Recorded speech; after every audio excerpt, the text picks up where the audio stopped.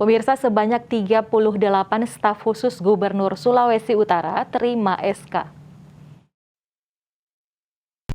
Sebanyak 38 staf khusus Gubernur Sulawesi Utara menerima surat keputusan yang diserahkan Wakil Gubernur Stephen Kando. Kegiatan berlangsung di ruang CJ Rantung kantor Gubernur Selasa pagi tadi. Wakil Gubernur berharap ke-38 staf khusus Gubernur Sulut yang sudah menerima SK tersebut untuk dapat bekerja maksimal sesuai tugas pokok dan fungsi di masing-masing bidang. Paling tidak, teman-teman staf khusus sudah bisa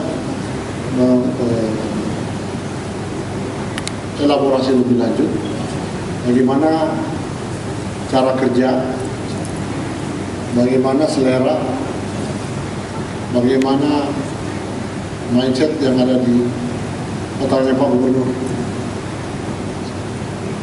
Teman-teman ini boleh memberikan semangat pemikiran yang lebih efektif.